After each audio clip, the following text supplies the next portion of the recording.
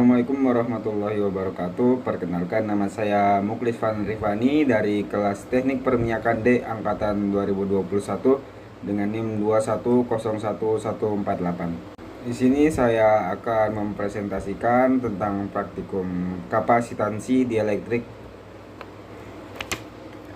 Pertama, abstrak.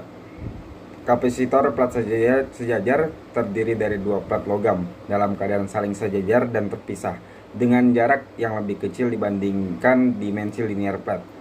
Di antara kedua plat disisipkan bahan dieelektrik dalam wujud padat, cair, atau gas. Kemampuan suatu kapasitor untuk menyimpan muatan listrik disebut kapasitansi. Latar belakang. Kapasitor merupakan komponen elektronik yang berfungsi menyimpan muatan listrik, medan listrik, dan energi potensial listrik.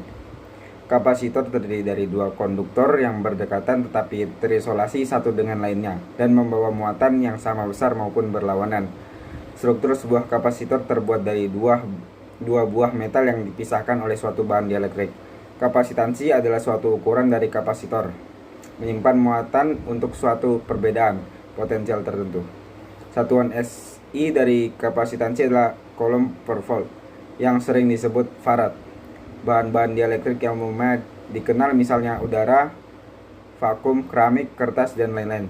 Jika kedua ujung plat metal diberi tegangan listrik, maka muatan-muatan positif akan mengumpul pada salah satu kaki elektroda metalnya, dan pada saat yang sama muatan-muatan negatif terkumpul pada ujung metal yang satu lagi. Muatan positif tidak dapat mengalir menuju ujung kutub negatif, dan sebaliknya, muatan negatif tidak bisa menuju ujung kutub positif karena terpisah oleh bahan elektrik yang non-konduktif. Kemudian tujuan. Yang pertama, memahami prinsip kerja kapasitor dua plat sejajar.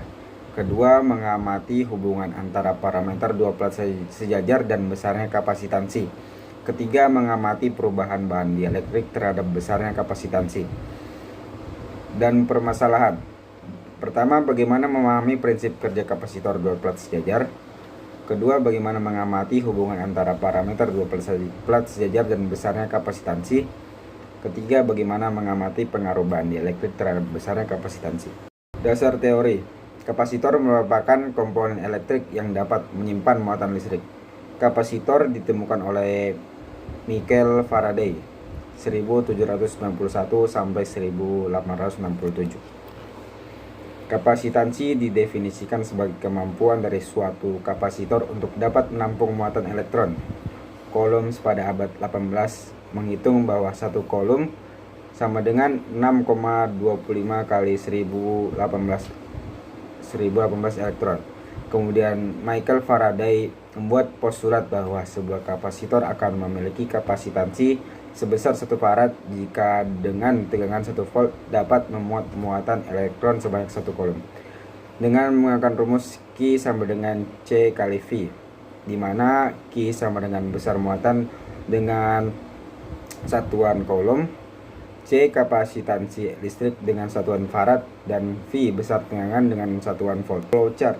Pertama, start, kemudian buka link pad, buka file video pad, atur nilai tegangan input rangkaian, atur penampang plat, catat hasil ketiga alat ukur, kapasitansi, muatan, dan energi yang tersimpan pada tabel hasil simulasi. Hitung nilai kapasitansi, muatan, dan energi yang tersimpan. Catat hasil pada tabel hasil perhitungan, dan selesai. Tabel data, analisis data 1, di mana D jarak antar plat dengan nilai 5 menambah 0,5. Kemudian A didapat 204,3 mm kuadrat. Untuk analisis data 2 menggunakan bahan dieelektrik dengan D sama dengan 5 penambah 0,5 dan A 204,3 mm kuadrat, di mana K-nya memakai teflon dengan nilainya 2,1. Ini proses pengambilan data tanpa bahan dieelektrik dan kemudian data menggunakan bahan dieelektrik teflon dengan nilai 2,1. Kemudian tabel regresi linear data 1 dan tabel regresi linear data 2.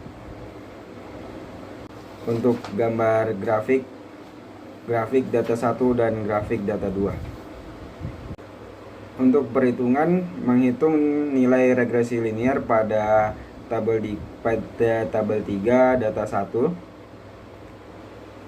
dapatkan A1 nya negatif 0,3464 dan A0 nya negatif 6,8709.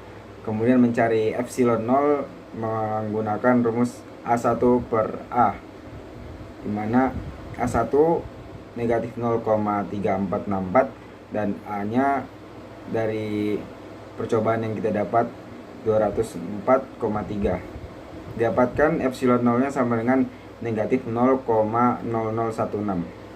Pada tabel 4 data 2 menghitung nilai regresi linear, dapatkan A1 sama dengan negatif 0,6009 dan A0 nya sama dengan negatif 3,1439.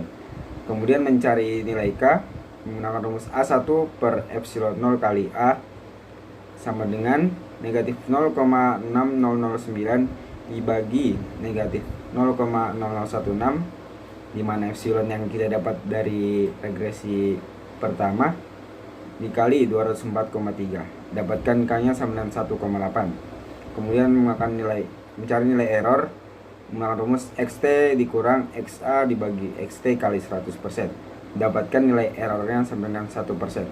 Pembahasan pada data 1, setelah menghitung regresi linear, selanjutnya mencari nilai epsilon 0 menggunakan rumus A1 dibagi A. Pada data 2, setelah menghitung regresi linear, selanjutnya mencari nilai K menggunakan rumus A1 dibagi epsilon 0 dikali A. Dan pada tabel data 1 dan tabel data 2 untuk variabel Y, penulisan awalnya memakai 10 pangkat min 12, tetapi dijumlahkan agar memudahkan pembuatan grafik pada Excel. Kesimpulan dari percobaan yang telah dilakukan, diperoleh kesimpulan sebagai berikut.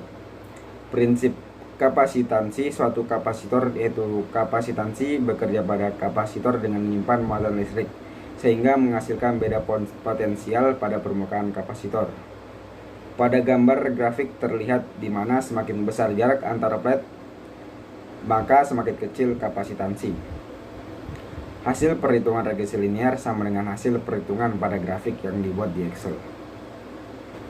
Saran yang diberikan pada percobaan ini diantaranya, sebelum memulai praktikum sebaiknya membaca modul yang telah diberikan agar paham saat melakukan pengambilan data dan simulasi PET.